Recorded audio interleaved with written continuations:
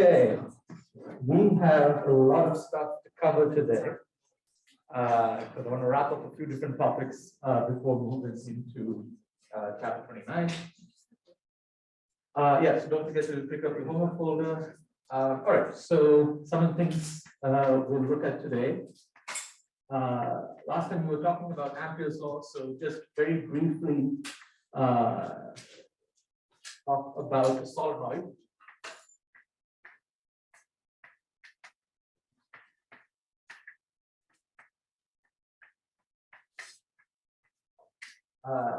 Then again, very briefly talk about magnetic materials. I hope you watched the video. I'm not going to spend very long on it. The video has more detail, but you can ask questions, obviously.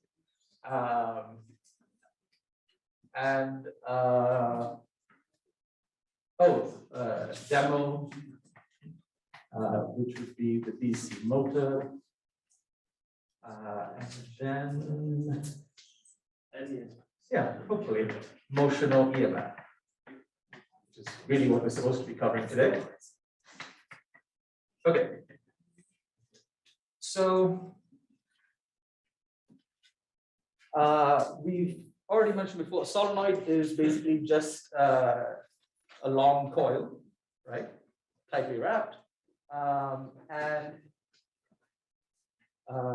So what do we get if we pass a current through it? What kind of magnetic field do we get? So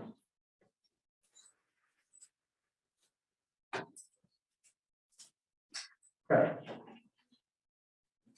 So the long coil,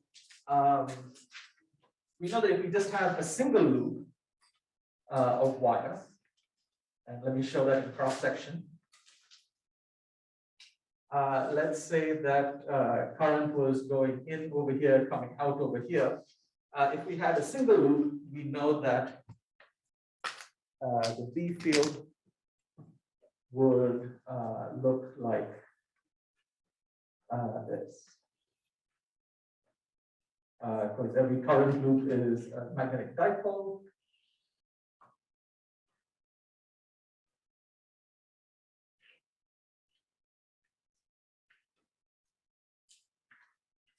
So if B field will look like this.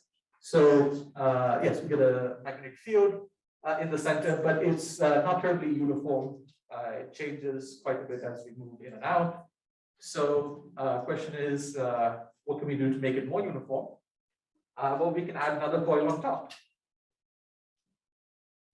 So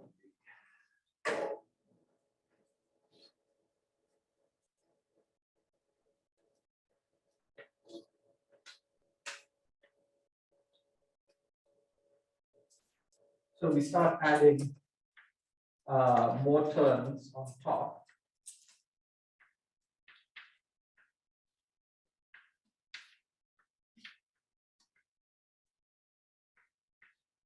And what do we see? Well, initially, we see this sort of bumpy magnetic field.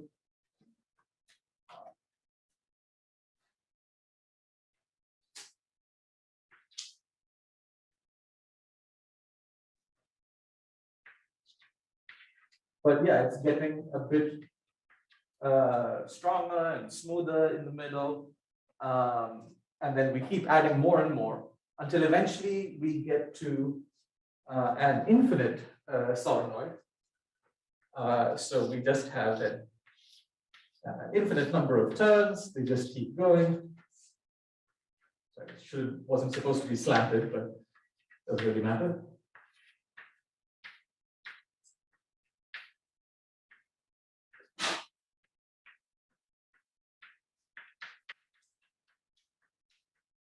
And this just keeps going. And in that limit of the infinite solenoid, what we see is that we get a nice uniform field inside. Yes. And so just like you use an electric capacitor, if you want a nice uniform electric field, if you want a nice uniform magnetic field, you use infinite solenoid. What is happening to the field outside? Well, we know that these coils acting like a dipole. So you can imagine that, oh, the north and south end of the dipole are like getting further and further away, right? And unlike inside where all the lines are like tightly bunched together, on the outside they spread out.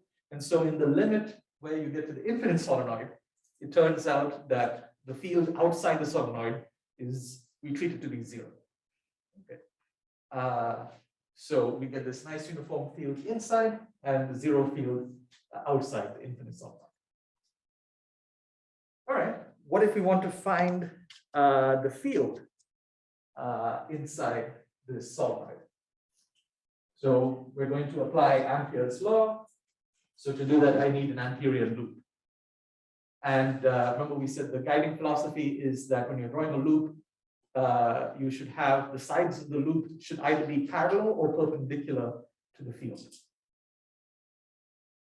So, okay, draw one side like this. And remember, the loops keep going. And then I'll cut across like this, right? It's perpendicular to the field.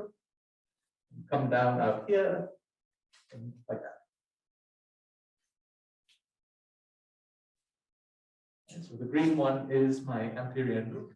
I also need to choose a direction that I'm going around the loop. And depending upon the direction I choose, these currents will count as either positive or negative. Let's say I want to count them as positive, so then I'll choose to go around counterclockwise.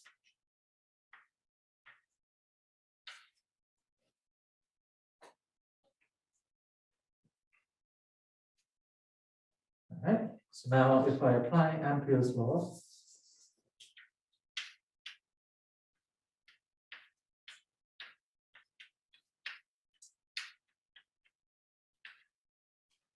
okay, on this side, on the current side, remember, it's just a single wire that's been wrapped around and around and around. So it's the same current running through all these turns, but it appears multiple times passing through this loop, right?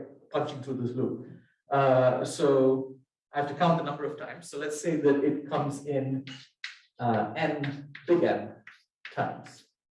Right? So here now this I is just the current in a single in the wire, and then it has gone through the loop N times.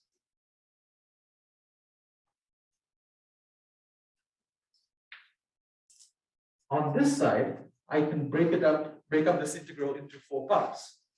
Let me call this 1, 2, 3, 4. So I can do it as integral from 1 to 2, plus integral from 2 to 3, plus integral from 3 to 4, plus integral from 4 to 1. And let's say that this length is L, and this length is, say, W.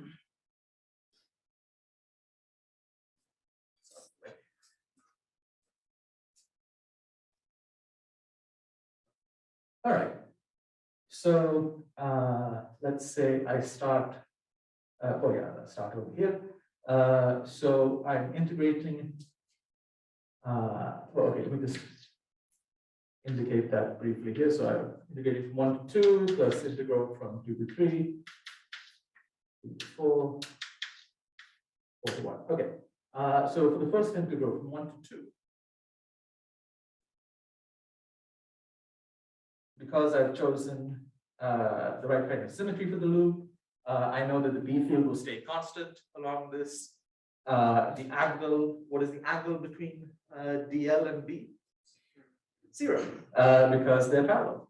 So then this simplifies to just B times L for the first integral. And it's positive because the loop is in the same direction as the B field. All right, what about this integral from 2 to 3? 0, why? 90 degrees, yeah, it's perpendicular, exactly. The DL is perpendicular to the B field. What about this integral? 0, why?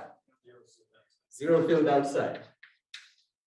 Okay, and then this one is again 0 because, again, either it's outside or when you're inside, it's 90 degrees. So you get all of that. mu naught and I. So if we solve for the D field in a solenoid, we get that it is mu naught capital M over L times I.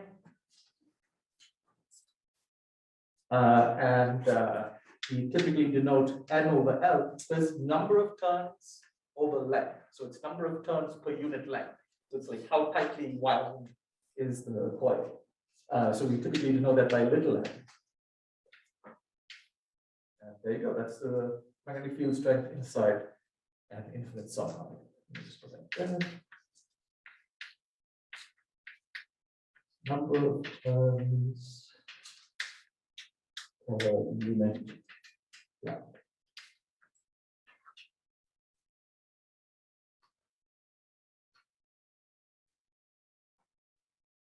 Questions?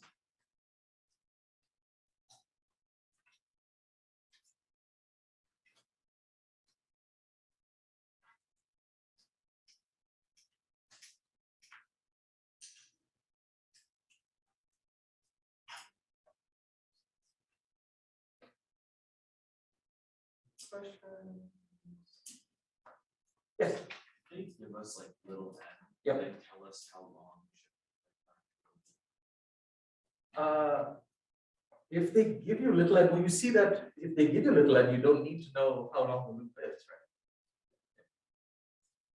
Yes. Can I explain once again why is the remain the interval 0? Because I don't think it's necessarily exactly 90 degrees. Magnetic field. Oh, like here?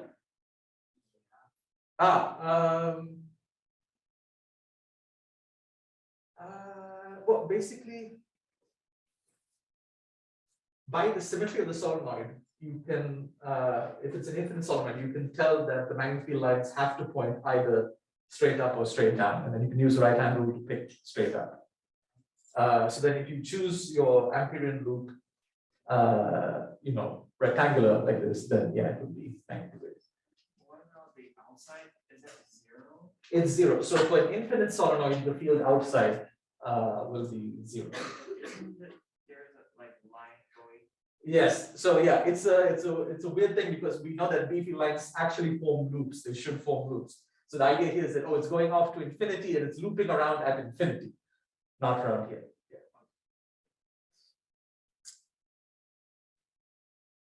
All right, this might be helpful when you're doing the infinite sheet problem in your homework. It's a fairly similar setup. Okay, so that takes care of the Ampere's law bit. Let's talk briefly also about magnetic dipoles. We've already done that a little bit. We just want to recap a few points. So we know that you put a magnetic dipole in an external field, it will feel a torque, it will turn. And it will turn until when? It's called that. Parallel, until the dipole moment is parallel with the external field. I mean, it wants to be parallel with the external field. However, in the process of turning, it builds up kinetic energy. So in reality, often what will happen is that it will overshoot, right? And then if the field is constant, then it just tries to come back and then it oscillates back and forth, right? So if there was no dissipation, it would just keep oscillating like that, be a simple harmonic oscillator. However, people became interested in thinking about, oh, what if we can, keep this motion going, and instead of making it go back and forth, what if we could make it complete the cycle? So to do that, what you need is, well, okay, you have this external field. What you want then is that, oh, just as the dipole reaches happiness and is aligned, the field reverses. Okay. If the field reverses, then it's unhappy again, and it continues turning, right? And then it reverses again, and continues turning. So if you could arrange that, you could get circular motion. And that is indeed what we have in a DC motor.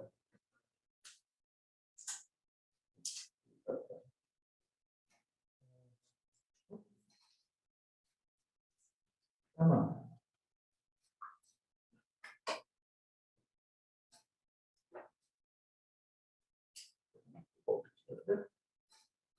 There we go.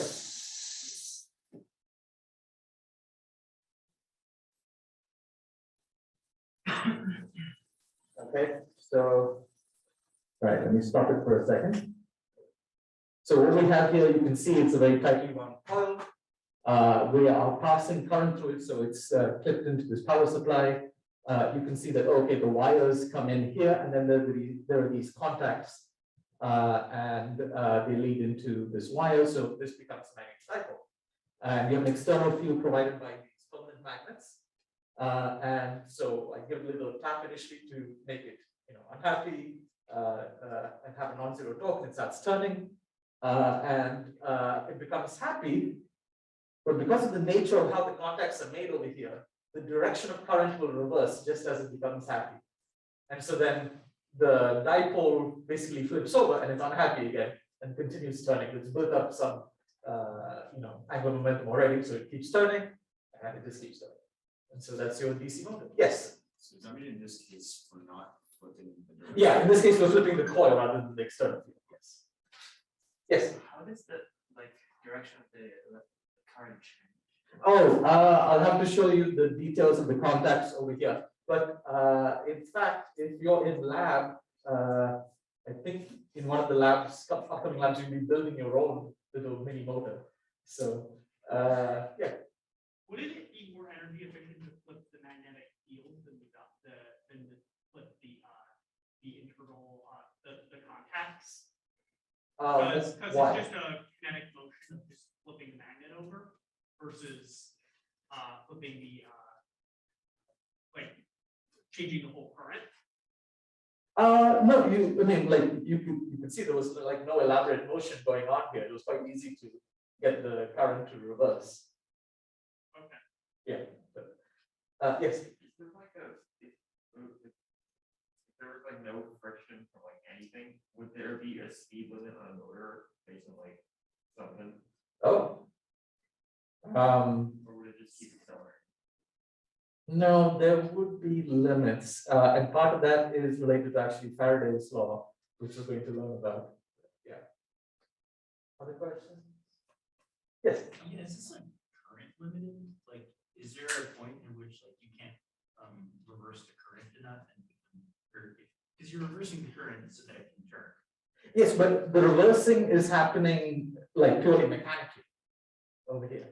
Oh, okay. So it's linked to the. So yeah, it's basically switching which one it's linked to, and yeah.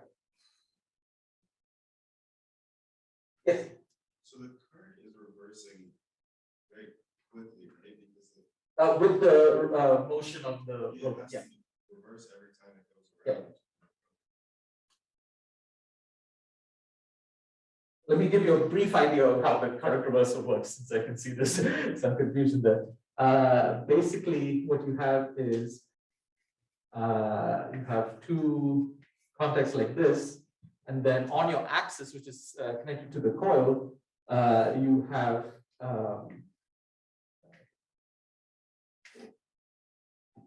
have again two contacts, two brushes like this. So then, as this turns, which one this is in contact with will switch, right? And so then which way the current is flowing will change. Like if this was positive and this was negative. And so, yeah, keeps flipping around. Yes. Too much friction every time. I mean, friction is a consideration. Yes, yeah, definitely. So that's why, like, depending upon, in this case, it's just solid contacts, but some cases they use brushes, which have a little bit less friction. I think that's also why you oil your motors. You have motor oil. I mean, that would be a consideration. Yes. Yeah. Yes. Are the little like flaps on the motor magnetic?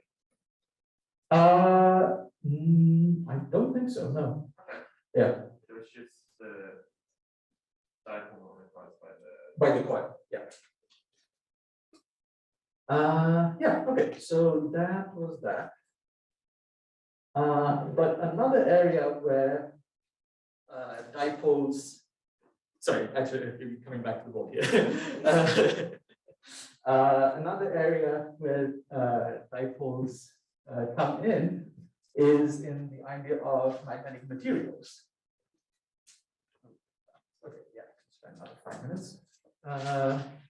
So we also said, okay, potential energy is minus mu dot B. So let's consider this case. I have a B field like this, an external B field. And I have a magnetic dipole, which is anti-aligned. And let's say that it's not allowed to rotate. Okay, so it has to stay anti-aligned. Which way will it move?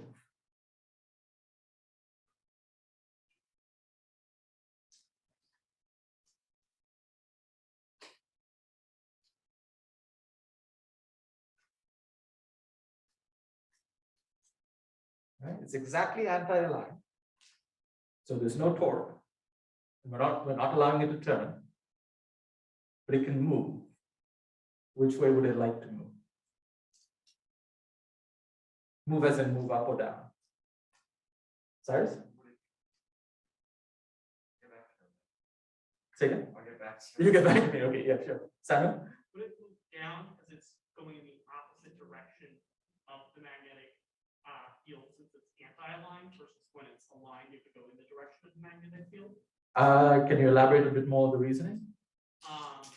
So I guess the idea would be that an aligned magnet field would have the north pole pointing towards the magnetic field and the south pole pointing away from the magnetic field.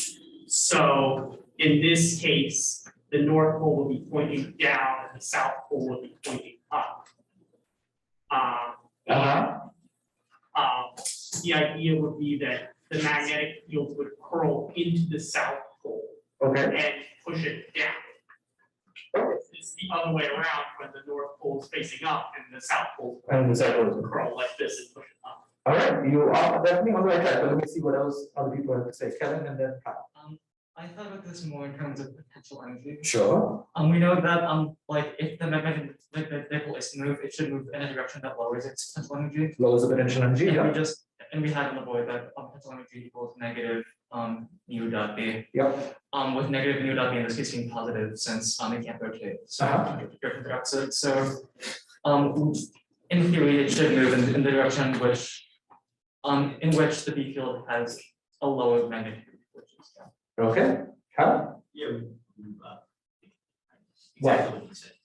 Oh, but you think it'll move up instead? Oh, yeah, because it's negative, so that would lower its potential more. And it's bigger, but it's negative. Okay, so let's work through. All right. So first, let's try Samuel's method. So in terms of forces, we know that the dipole moment points from south to north, right? So that tells us that, oh, this is the south end of this is the north end of this. And we know that magnetic field lines come out of the north pole and go into the south pole. So that tells me this external field is being created by, oh, there's some north pole over here, there's some south pole over here. All right, so we can see, yes, there's going to be repulsion here, there's going to be repulsion here, but which field is stronger? The upper one is stronger, so that will feel a stronger force, and so the downward force would win, and it would move down. Okay. The other way is in terms of energy, just like Kyle and Kevin were saying. So we have U equals minus mu dot B. We can expand that to minus mu B cosine theta. And in this case, what is theta? 180. And cosine of 180 is minus 1. So for theta equals 180, we get minus mu B times minus 1. So that becomes plus mu B. And then, as Kevin said, it wants to lower its potential energy. This is a positive quantity. It wants to lower it, so it has to become smaller. It can't change mu, but it can change v, so it goes to a weaker field, which again is downward. All right. So we see that if you have a dipole that's anti-aligned, it will try to move to a weaker field. If you have a dipole that is aligned, you can run through the same sort of thing and show that it will move to a stronger field. Okay. Hopefully you watched the video and learned that there are 3 different types of magnetic materials, paramagnetic, diamagnetic, and ferromagnetic. There are actually further, it's like ferrimagnetic and so on, but these are like 3 broad classifications. So let's see an example of that. So we're going to actually look at the paramagnetism of liquid oxygen. Now, what I have here is liquid nitrogen. And I have a copper cone. So you just pour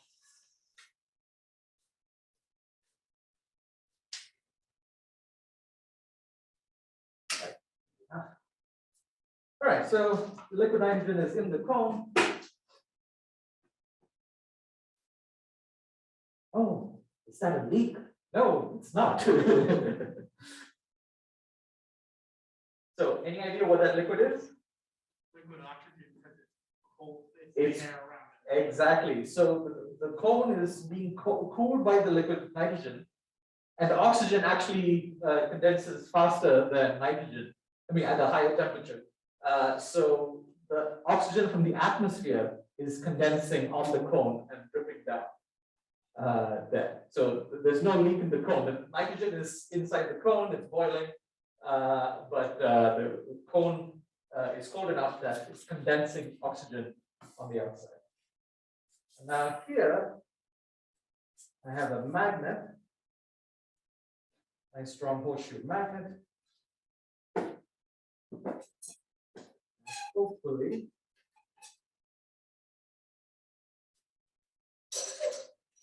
oh.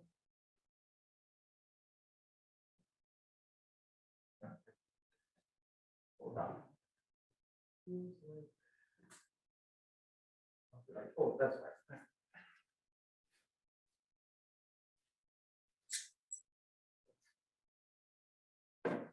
Put it in.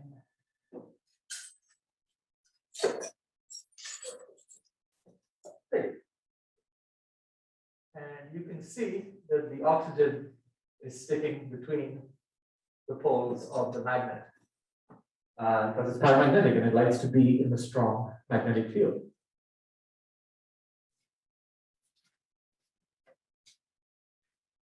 If you're wondering why the magnet was in the box, the magnet needs to be cold enough so that the oxygen doesn't boil as soon as it hits it. So I had to cool the magnet also with liquid nitrogen. I could show you that, like, if I take it away, the oxygen goes away, there's no gap, and I put it in there. I mean, then there's nothing in the gap, and then I put it in there. The oxygen drips and holds.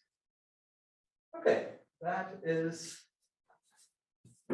about materials.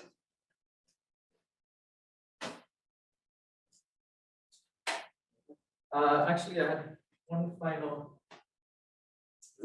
Okay. One final video to show. Let's see.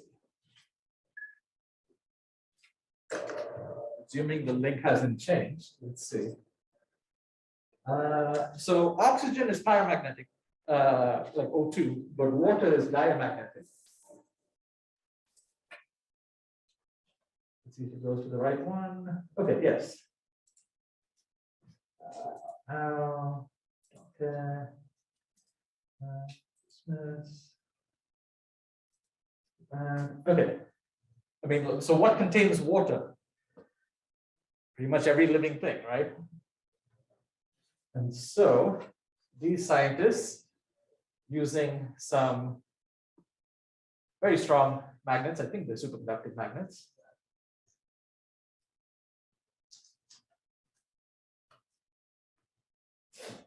And little frog.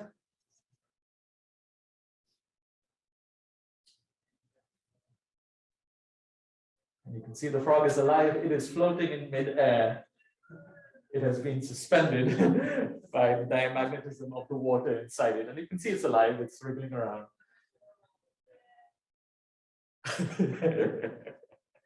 So yeah, they created very strong magnetic fields, but in such a way that it was like weaker in some regions. And so the diamagnetic gets repelled and this floats in the weakest region. Here's a cricket. The frog is obviously the favorite.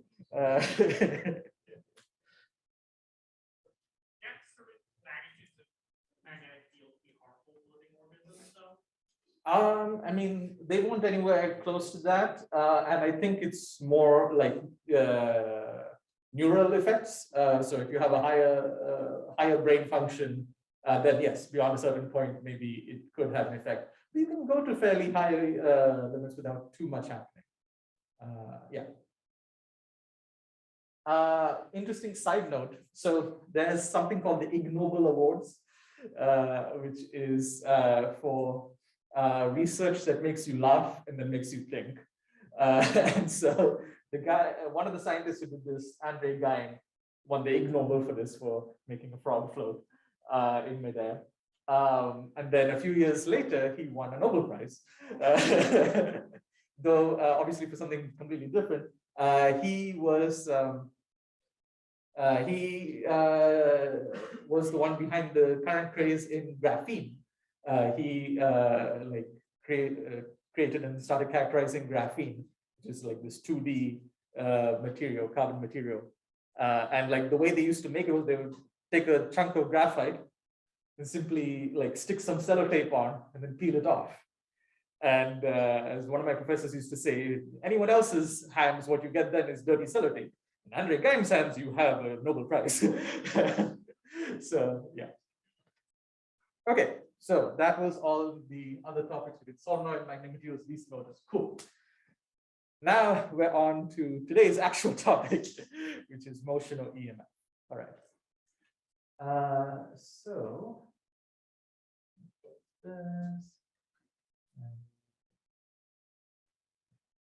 all right. So supposing we have a conducting bar moving in an external B field.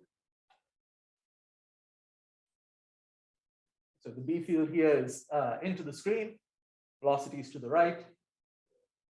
So what will happen? Well, it's a conductor, so which means the electrons inside it could move, or let's just say the charges inside it can move. So what will happen? If it's positive charge, it would feel a force given by V cross V. So positive would move up, negative charge, extra minus sign moves downward. It feels a force downward. So yes, so in reality, of course, it's just the electrons piling up over here and leaving a depletion of electrons on the top. So you get a negative charge here, you get a positive charge on the top. But that means that you have a separation of charge, which means you have an electric field. So you have this moving conductor, and now you have an internal electric field. What's interesting is that if you look at the forces on the charges, the magnetic force on the charges inside this moving bar points upward, but the electric force on a positive charge would point downward. So they point in opposite directions. So initially, of course, there's not much charge on either end, so there's not much electric force, it's mostly magnetic, and you get more and more positive there, you get more and more negative here, but as the charge pile up, as the polarization increases, you get a stronger and stronger electric force until eventually they cancel out. Right? But by that point, you've built up a substantial amount of charge on either end. And this happens actually quite quickly. So if we're interested in how much, I mean, if you have an electric field, we know you have a potential difference. So how much of a potential difference? So we're saying those two forces are equal, which means that QVB is equal to QE. Which means the Q's cancel, so we have VB equals delta V over L, right? Electric field is the change in potential over change in position, so delta V over L. So So you can solve for delta V is VBL. So this shows, okay, this is a way that you can actually build a potential difference. Is just have a conductor and move it through a magnetic field, you get a potential difference. Doesn't seem very useful at the moment because, well, we just said there's no net force now on any charges in that conductor because the two forces cancel out. But what if you make it part of this setup? And don't worry, the slides will be posted. So if it's anything on the slides, it will be posted on Moodle. So the setup here is that you have these two metal rails which aren't moving, and you have a resistor here. And then you have this conductor which is resting on the rails, and then you slide it like this through the magnetic field. So now there's another conductive path for the charges. It's a path that's not moving. So what happens? You have this buildup of charges. And so they say, oh, high potential here, low potential there, let's move. And so a current starts to flow through the resistor. So we see that, oh, if you have a conductor moving through a magnetic field, that can act like a voltage source and that can drive a current. Right, so this is called motional EMF. And we've seen EMF before in batteries. There it was caused by chemical reactions. Now it's caused by this motion of a conductor through a magnetic field. Questions? I can go back if you need to look at any of the previous slides. Yes? So could one do this in like a circular path to kind of generate energy? Like that's kind of how a generator works.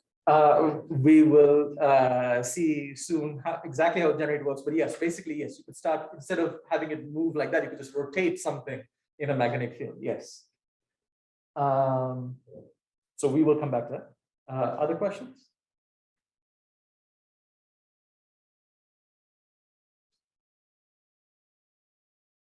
Yes.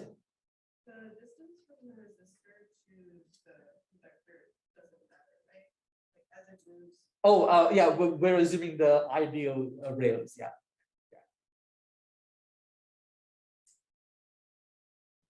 Yes.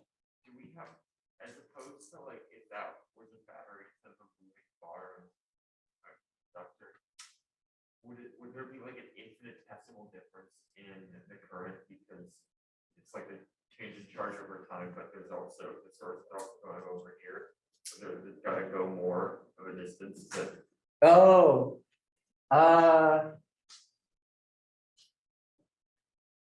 that is an interesting question. I don't have to think about that. Yes. Could you represent this with like a loop equation or because Very good, very good. Let's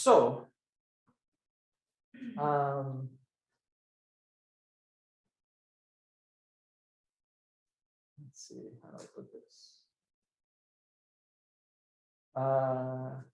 We won't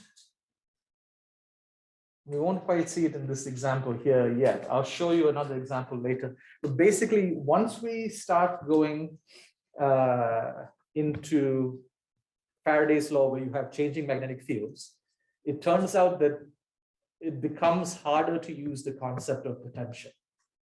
Right? And because Kirchhoff's the loop rule depends so much on the concept of potential, it becomes harder to use that. Yes. How do we determine the direction of current through the bar again? So basically we say, okay, this is the moving conductor. And so if there was a positive charge in this conductor, which way would it feel a force? Right? So then you figure out, okay, the positives pile up there, negatives pile up here. And then you can treat this sort of like a battery and it's sending out current from the positive end through to the negative. Of course, as it does so, what happens? The charge there decreases, the charge here decreases, the electric force decreases, which means any charge arriving here will now feel more force this way. So it completes the loop. There is current now flowing here because it's again trying to build up a pile up of positive charge over there and negative. Would this be affected by the E field from the current that we created? Good point, yes. Which direction is that B field? So if you have current flowing like this, we can use like the third right-hand rule and say, oh, that B field would be pointing out of the screen, which is in the opposite direction to this one. Right? So it doesn't make itself strong. It would, yeah, there would be a sort of nullifying effect there. The current couldn't get too strong. Yeah. Why is the force from the B field the same as the force from the like motion? Like why the forces cancel out? Oh, no, so that's just used as sort of an initial estimate for like what is the maximum potential difference you can get. And then once you create this other path, then you get this constant loop going around. So it's not going to be exactly that, but it's going to strive for that condition. Because once it reaches that condition, there's no need for the charges to move anymore.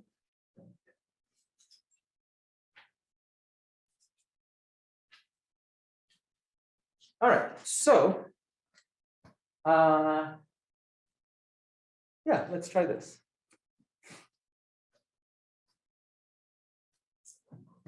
Yes, yeah, you want to pull out your.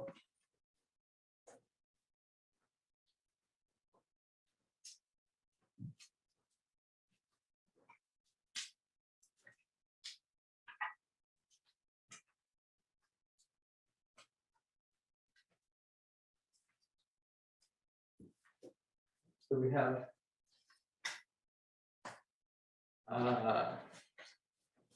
long straight, infinite straight wire carrying current.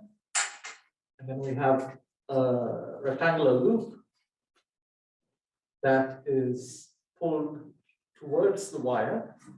The question is, in which direction is the induced current in the loop? So let's get another vote and someone ready to defend their answer, hopefully. All right, show me your votes. Okay, mostly for A is correct. Christian, you want to, yeah. So since we have the current I, we know that the B field, if we do Yep, so we're briefing this blue current is coming out over here. Yep. yes, but we know that the field isn't uniform Yes. because it's stronger on the bottom than the top. Yep. So then there would be more negative charge on the right bottom corner, and then there would be less negative charge on the top corner that would push it clockwise. That is correct. So basically both this side and this side feel that effect, right? They both end up acting like, they both get polarized and act like batteries. But we know that this side will see a stronger field and feel stronger polarization there. So if we just look at this conductor, we see that, okay, it's moving downward, the B field is out of the page. So I do B cross B, I get force to this side. So positive charge would build up over here, negative charge would build up over here. And the same thing would happen here, but less effectively. And so this would act like a stronger battery compared to this one. So it would drive the current like that. Yes. Since that Lorentz force is instantaneous, right? So, yeah. In this case. Yeah. So for both the top piece of wire and the bottom piece of wire, the electrons in those wires should like feel that force at the same time. So would there be like a collision of electrons or something? Because that wouldn't be like make too much sense. No, but the magnitude of the force would be stronger here. So the Yeah, that's what I'm saying. So they will both push into that right piece of wire. I mean, as in, yeah, they both be trying, like this would try to drive current this way, this would try to drive current this way, but this is the stronger force, and so the stronger, it will determine the direction overall. So we don't need to consider like all the electrons moving in opposite directions. I mean, so what will happen is that what we will see is that the net effect is due to both of them. And it's sort of like the difference between the two. Yeah. Wait, does it matter what direction it must be? Yes, yes, it does. If instead we were moving the other way, then B field is still coming out. Velocity is that way. So let's see, velocity, B field. So now the force here would be like this. So current would be flowing. All right. Last bit.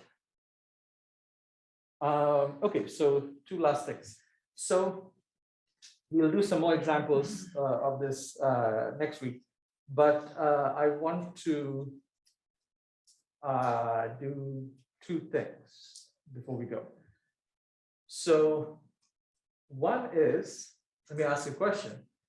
So this explains things from this point of view, where we're sitting here in the lab, stationary wire, and this loop is moving. But what if we were in the reference frame of the loop? What would you see then?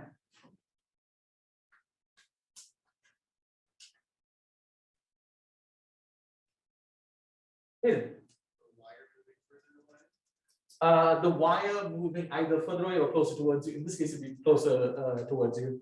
But what's interesting there is that you have, oh, sorry, Aiden, do you have? No.